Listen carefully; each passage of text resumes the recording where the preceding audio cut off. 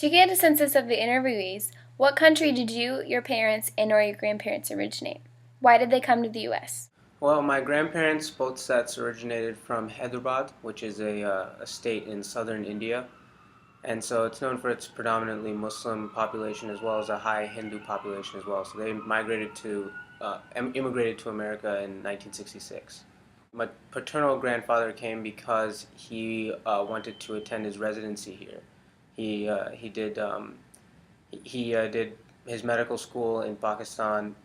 He's from Hyderabad. He went and did his medical school in Pakistan, and then once he completed his medical education, he wanted to pursue medicine in America, practice medicine in America. My parents came here from India about 30 years ago. Both of them are trained doctors, and they went to school there, and they came here to foster a better life for themselves, their families, and their future children. My grandparents were born in India, and then they immigrated to Pakistan when it was formed in 1947, and then both my parents were born there, and I was born there too. And I moved to America when I was 1. Mostly for opportunity, I guess, for us, because I was already born, so the school's there or whatever, and then just job-wise, there was more room for expansion. I was actually born in Pakistan, so I came here when I was like a few months less than 2 years old, but my parents are originally from there too. They actually lived really comfortable lives in Pakistan. My mom was the equivalent, it's called like a ladies' health minister, so she was basically a doctor, but not really a doctor, so she was like a nurse on steroids type of deal, but they gave up all of that so we would have a better chance at education. They're from Pakistan, and my parents moved to America before I was born, and so both me and my brother were born and raised here. Opportunity to work away from home. My dad lived in the same city for almost all of his adult life, and he moved and was studying and had better opportunities to work as a doctor here. They're from India, so like my grandparents and parents are from India, and I was born here. Just for a better life, like that whole American dream thing. Mm-hmm. So they knew that there was more opportunity here for like their kids and stuff, and to improve. So that's one of the reasons why they came. Why did you choose the Islamic religion? Well, I was born into it, so I never really had a specific choice in the matter. I was pretty much put in Islamic school at an early age, and just pretty much had been Muslim my whole life since the day I was born. Well, I was born a Muslim, mm-hmm. and I was raised a Muslim, so it was more kind of instilled in me, and I took it was right. It was a very big part of my life. My religion was growing up. It kind of fostered who I am, molded me into what I am today. I guess I didn't really choose it. I was like born into it. I can't completely deny that I chose it because I was born into it. I grew up with it. It was probably, at the time, the only thing I was exposed to. My parents. I think most people would choose a religion based off of what their parents teach them, and I was raised as a Muslim, and that's all I really know. Initially it was like my parents' religion, so of course, you get taught those principles and those stuff, but, as you get older, Islam is a religion where you can understand a lot of it and understand why we're taught certain things in the rulings. So I think that right there just made sense to me. Why have you chosen to stay with it? Well, I've chosen to stay with it because I've seen no reason to really leave it. The principles have been ingrained into my head from an early age, and something that I really sided with and really identified myself with is my religion. It's a very large part of my identity, who I am today. Well, because I feel like I found the merits in it for myself, and I hold it very close to me. It gives me a lot of peace in difficult times. I guess a simple answer would be that it's the only thing I've known.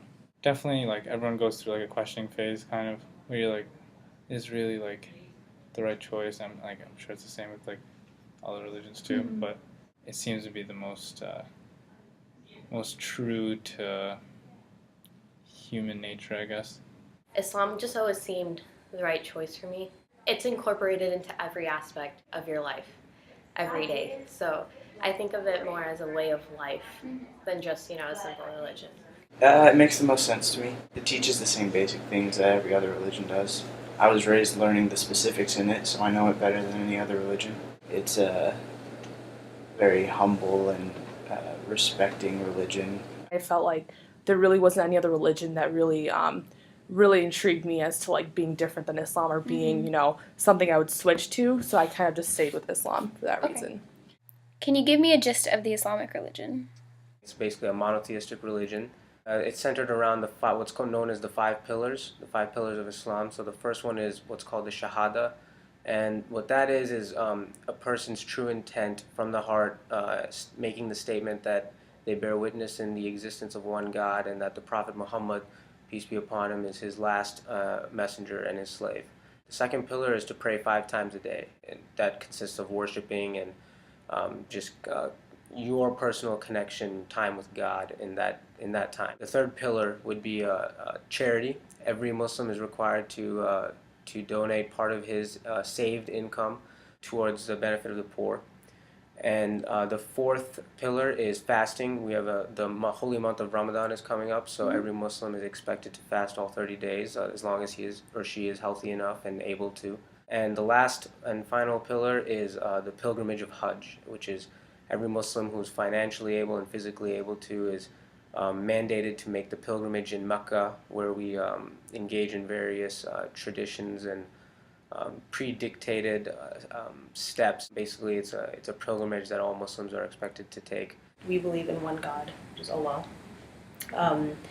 Our prophet, or we believe our final prophet is the Prophet Muhammad, sallallahu alaihi wasallam, and we believe that Jesus, or for you guys, or Isa for us, is a prophet. The platform for the religion is 5 pillars that we believe in, and we believe that these 5 pillars makes you a Muslim. One is Shahada, which is a testament to your belief or a profession of your faith. 2 is prayer, which we do 5 times a day. 3 is fasting during the month of Ramadan. 4 is almsgiving or charity. And then the 5th is Hajj, which is a mandatory pilgrimage every Muslim has to take in their lifetime. Obviously, there are some not restrictions, but if someone isn't able to, there are leeways for them. I guess the best way to break it down would be that it's broken down into 5 pillars. Prayer, so we have 5 daily prayers. Fasting during the month of Ramadan. Giving, almsgiving, you have to donate to charity. Going back to what I just said, if I had to describe it in a few words, I would definitely have to say that it's a way of life. Islam teaches you lessons of, how you interact with others, how you carry yourself throughout your day, how there's this continuing remembrance of God throughout the day, and it all comes down to good intentions and putting those intentions into action. Well, it was started by Prophet Muhammad when he got the message of the Quran, and it's based off of his teachings and then stories like the same stories in the Bible and the Torah and stuff like that. It's basically just a way to keep your body and mind healthy and away from things that should harm you. It's kind of like a moral compass. It really, teaches you how to treat others and has advice for most everything that we encounter in our lives. There's a lot of aspects of it that you can apply to your daily life. So it's not just a religion where, I go to the church or I go to the synagogue, or I don't know, but I go to the institution and just go there once a week or twice a week and, try to understand stuff and just leave it there. It's a religion where, you can encompass it 24/7, all days of the week. And so it becomes part of your life. And I think that's a big reason why it's so successful, too. Can you tell me something the general population doesn't know about being Muslim? One interesting thing is that it's frowned upon to eat with your left hand. You're supposed to eat with your right hand only.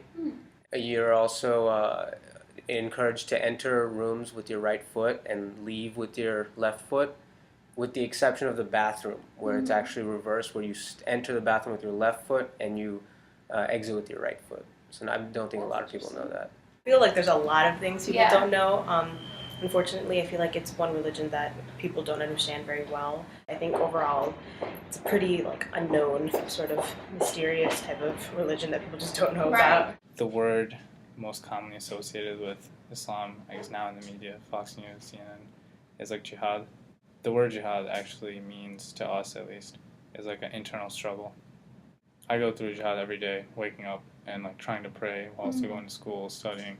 In very rare occasions does that come out as a physical violence, and only even that's only allowed in like times of severe oppression. So when all these people are like portrayed as like saying they're like fighting for the religion, they're taking it the wrong way. Right. And then that's what it's being portrayed as. And so, I mean, everyone goes through a jihad like just every day doing their daily things, trying to practice their religion here, living in America. So I feel like one thing that people don't maybe understand is that because it's incorporated into every aspect, like it's harder to follow, Right. and it takes a lot more effort from you instead of just like going to the mosque one day a week and being like, oh yeah, like I'm done. It's Right. not. You have to pray every day, and there's certain things you can do, certain foods you can't eat, and so it's harder, but it's definitely worth it. Maybe that it's strongly based off of the same religion as Christianity and Judaism. I don't think most people realize that all three of the religions are probably 95% the same. For the vast majority of the religions, they're all they have the same ideas. They teach you the same thing, and it's kind of like with all religions, to respect your elders, believe in one God, treat other people with respect. Islam means peace. People don't realize that. People just see it with terrorists and all this stuff, and they equate Islam with those people. Anyone who does anything terrible, to say that they're religious or whatever, they might be a fanatic or something like that, but it's not a representation of the religion as most people would follow it. It gives everyone else who follows it a bad name. It's not that scary. We're not really scary people. The thing with Islam is like it's not just the religion again, it's like the person too. So in terms of like Muslims, like we're not really scary people. Like if you get to know us, what you guys see in the media and stuff is very extreme view, I feel Right. like. And I feel like every religion has extremism in there and also liberalism. But I feel like if you get to know like the more moderate, middle of the road Muslims that live here, we're really not so scary. Like we know how to like talk about culture and like Yeah. art and pop and stuff like that. Like we're not that weird. What aspects of your religion are most important to you?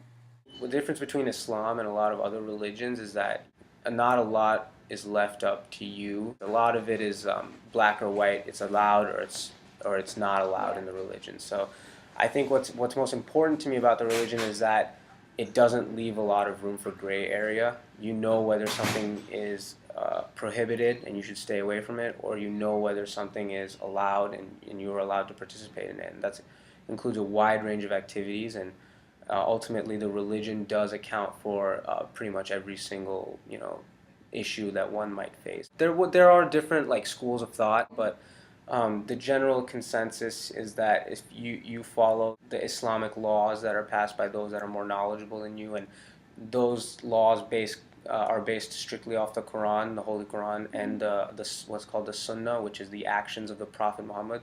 So it's like a combination of those things that ultimately lead to jurisprudence, I guess, about what's allowed and what's not allowed. I think overall it is like the whole religion is very important to me.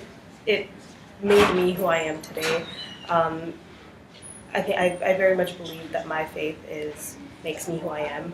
Teaches me to be more patient and like just have a little more faith in things when things kind of go wrong, or in everyday things, just have a little more faith and patience. Basic things like be a good person. Don't be harsh or unkind. Don't speak ill of others. Those basic things I try to take into my own life and make a part of myself. Most important, I would say, is the humanitarian aspect. Some people would say that it forces us to like give charity and stuff, but the fact that that's ingrained in the religion, which we believe came from God, so I think it says something to how all like people have like innate nature to help other people. So the fact that it's kind of laid out in a way and like described out for us in our religion, I think it's really helpful. I think prayer is a really important aspect. One of the foundations of Islam is just having a continuing remembrance of God throughout your day. So if I'm like sitting there studying, just a simple thought that, there's a higher power or someone that I believe in.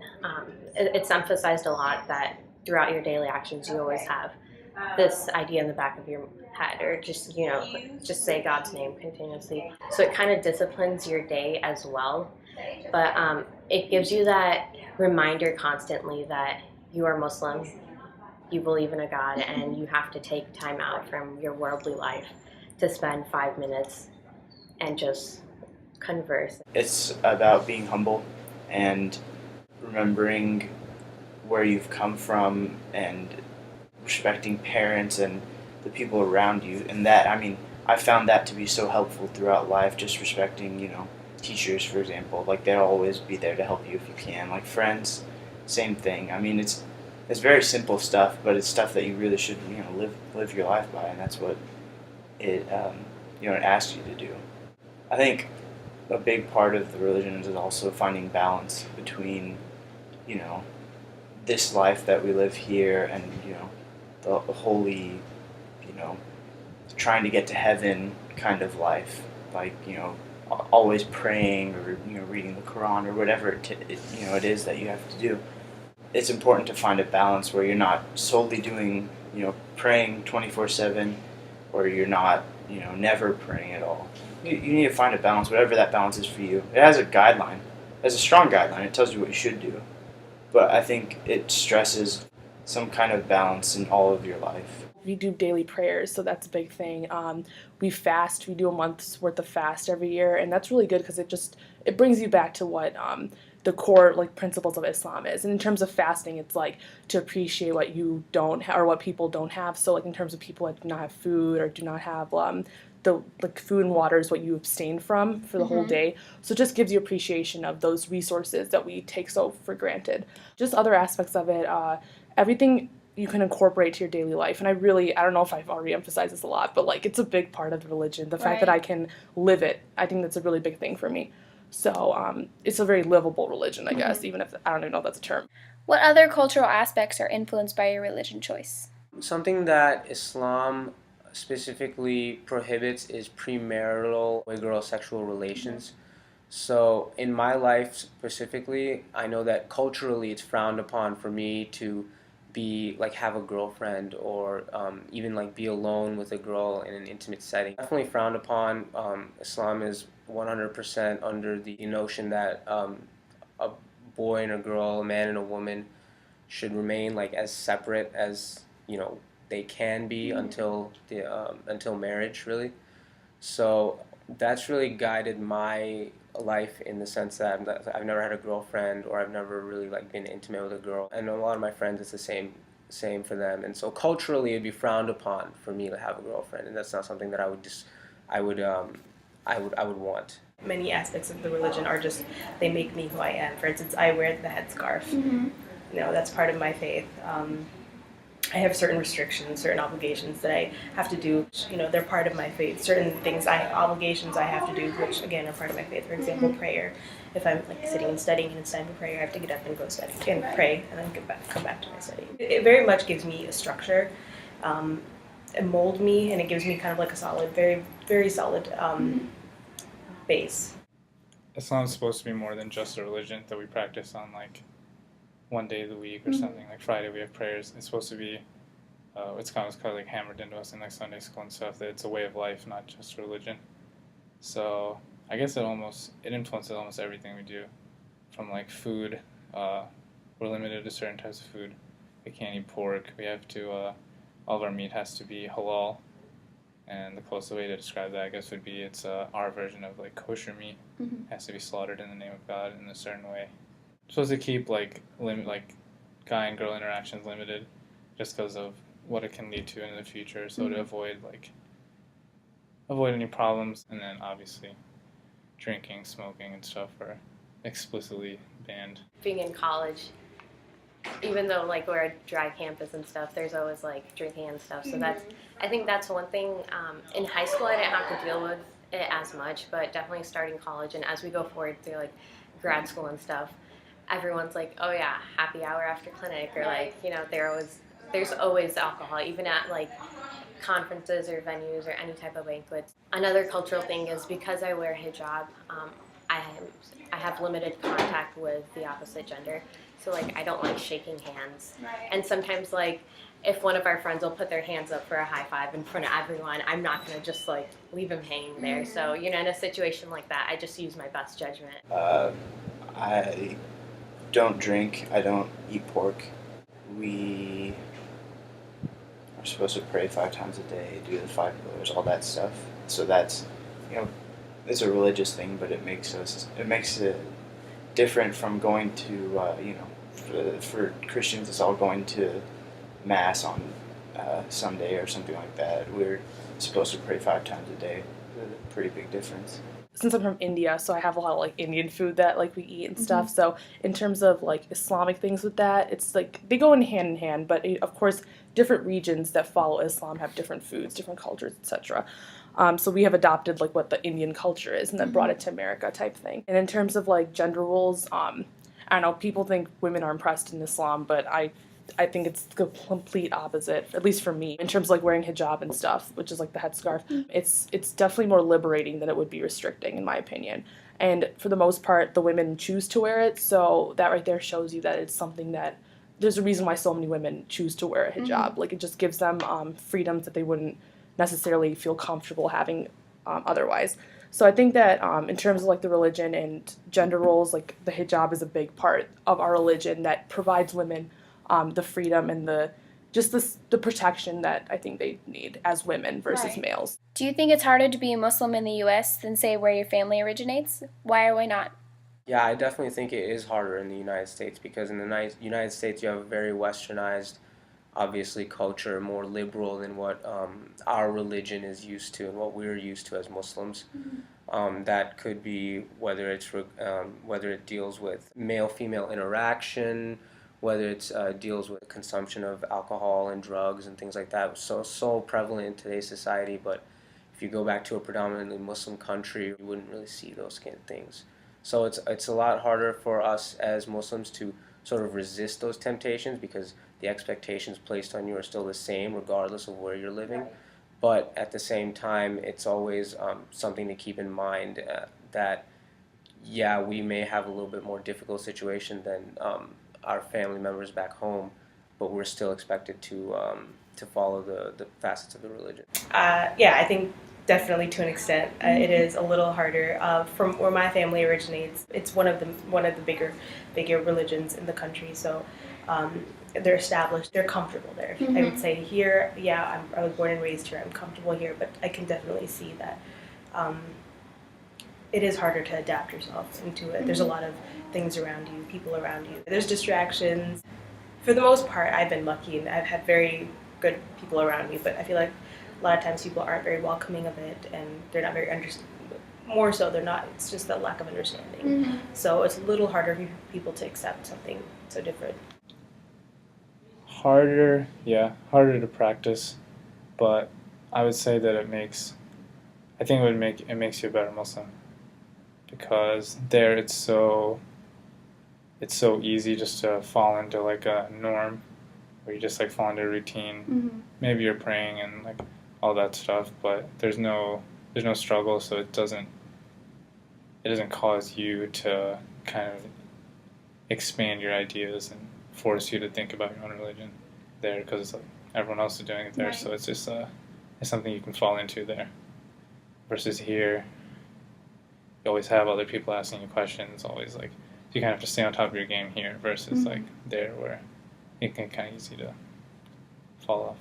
Yes and no. I remember I visited Pakistan back in like 2000 and 2004, and I was really excited because I'm like, oh yeah, I'm going to a Muslim country, like I'm not going to get stared at when I'm wearing a hijab or anything.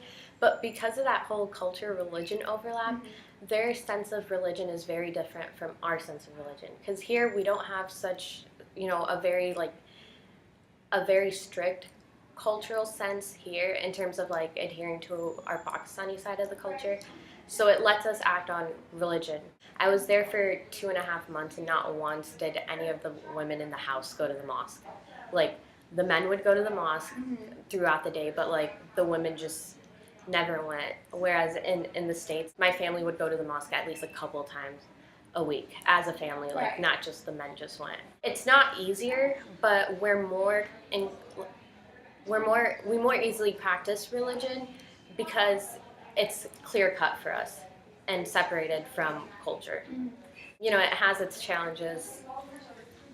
You know, just going to school or like people you have to deal with on a daily basis, and especially when you like distinguish yourself as a Muslim by wearing hijab. Yes and no. It's more difficult to practice it consistently like you would over there, but I think it's almost easier to strongly believe in it being here because when you're surrounded by people that all follow the same thing, it's easy to just go with the flow. You never really, turn around and appreciate why you believe the things you believe or question those beliefs or anything like that. You don't understand your beliefs until, maybe someone else questions it for you. I know that I've lived here my whole life, so everyone is a Christian around me. All my friends growing up with were Christians, and I had some friends that were Muslim, but every day at school is the same people, all Christian friends, and they would ask me different things. So I have to either, learn it from my parents or go and ask someone else who would know. I don't think I would have ever had anything like that growing up from where our parents are. I mean, how much do you really understand about it? If someone turns around and asks you about your beliefs, what do you know? Indian culture in America is like really different from Indian culture in India. Right. So in terms of practicing with the culture, I think in India it's much easier because all the people there understand our religion too. So like there's Hinduism, Buddhism, and there's Islam. So everyone over there understands, and we all have the same culture. So that right there gives you a good like playing ground in terms of the culture aspect of it, because like Islam is also a culture in a sense because like you are adapting Right. Islamic things into your culture. So in India, I think it's much easier. Now in America, like the culture here is much different. Like there's certain things acceptable here that I would say would not be acceptable like back home. So in terms of that, it's definitely tougher to adopt Islam in America, or in terms of practicing, because you are working against a lot of the social norms. So I think that right there is what makes it difficult. But other than that, once you learn yourself how to incorporate Islam into your life, it's not that difficult, Okay. or at least for me. Do you think being a Muslim has a negative light in the U.S.? Why or why not?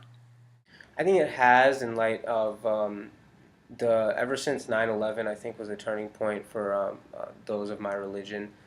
It's been slowly getting better and better, and then we have occasional setbacks. But I think that the Islamic community is working very hard to improve what's been a tarnished reputation in the eyes of the media and society. Certain individuals, unfortunately, have taken Islam as a flag for actions that are entirely not at all justified.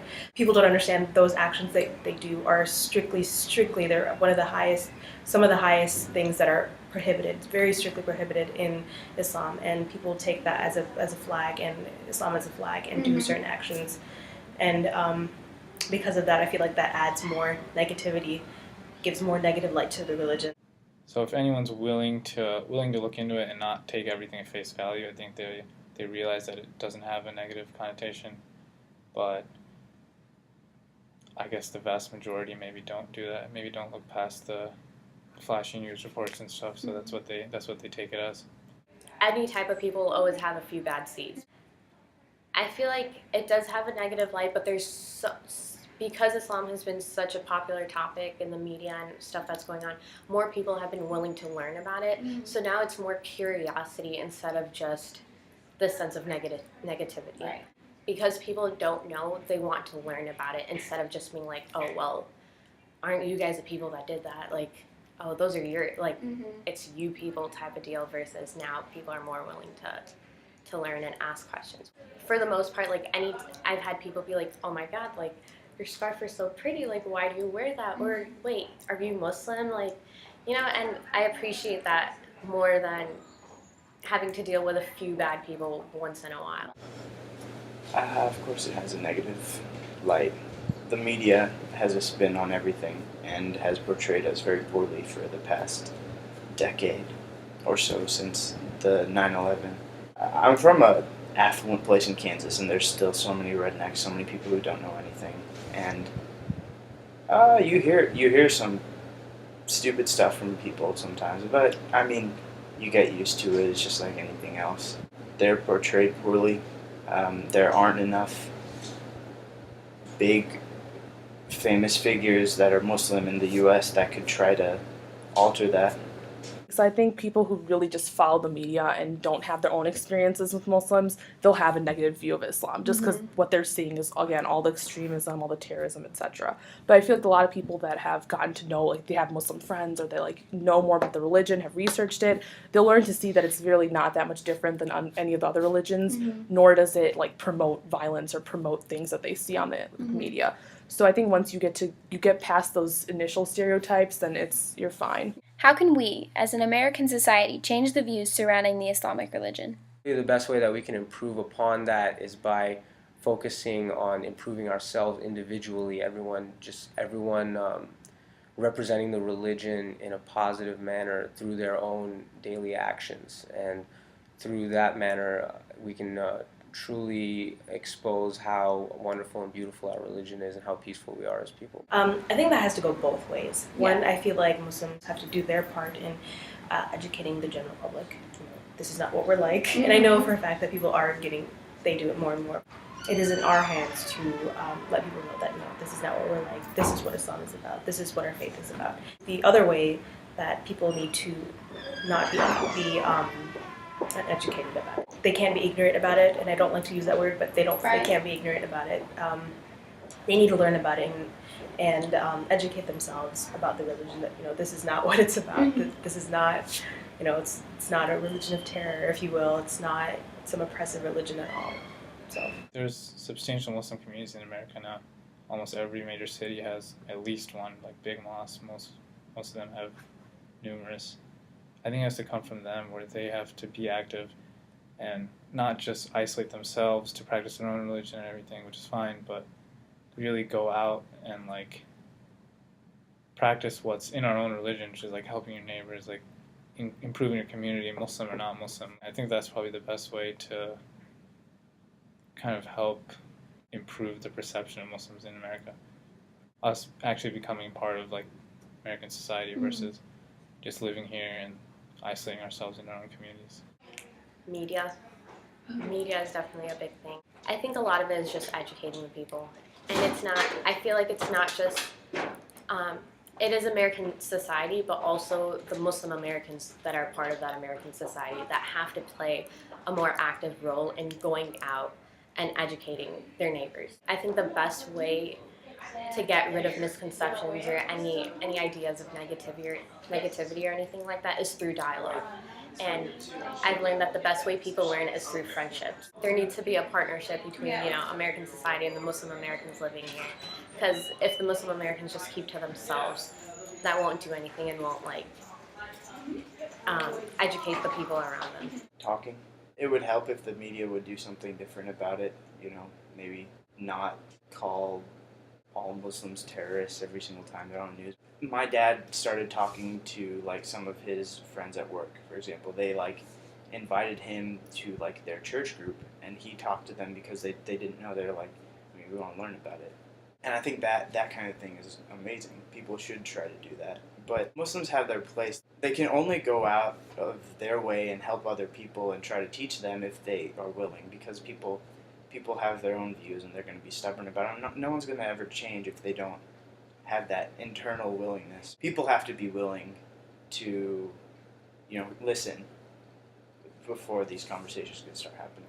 I think the best thing is just to like try to find some Muslim friends and get to know them for like a year. I don't know, like in school, whatever. Because that's the only way you're gonna like have your own interpretation of Muslims. Otherwise, you'll get it from books and like researching things. But until you've experienced interactions with Muslims or like talk to them, you're not gonna really understand much of what we are and what we do. So just get to know them is probably the biggest thing. Yeah. I mean, just get to know Muslims. That is the biggest advice I can give people who are like confused about their like opinion of them or maybe have a negative opinion. You just got to get to know them. I mean, there's pros and cons in every religion. There are good, there's bad people. So you just have to get to know the majority.